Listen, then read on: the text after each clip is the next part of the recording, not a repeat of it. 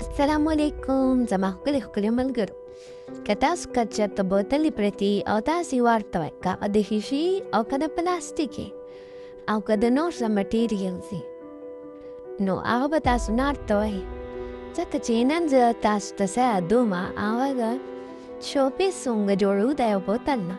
هغې لپاره چې موږ ته څه پکار دي هغه به تاسو ته زه ووایم: کلرز، باټل، برش او په کپ کې اوبه.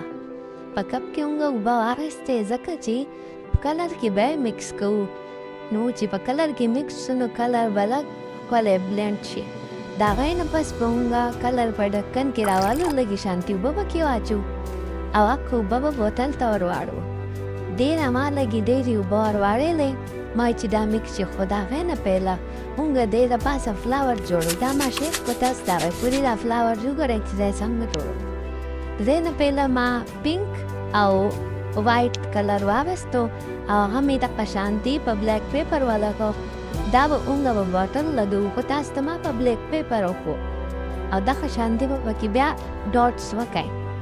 او زما په ذهن کې راله چې ولې نه موږ پې دا یو ډیزاین وکړو. د هغې نه خو ښکلی دا یو ډیزاین دی، نو دا ډېر ښکلی جوړ شو او د دې ډکن د پاسه ما خالي ګلیټر شیټ ولګو. او که دا فلاور تاسو غواړئ چې تاسو په بل ډیزاین باندې جوړ کړئ نو جوړولی شئ.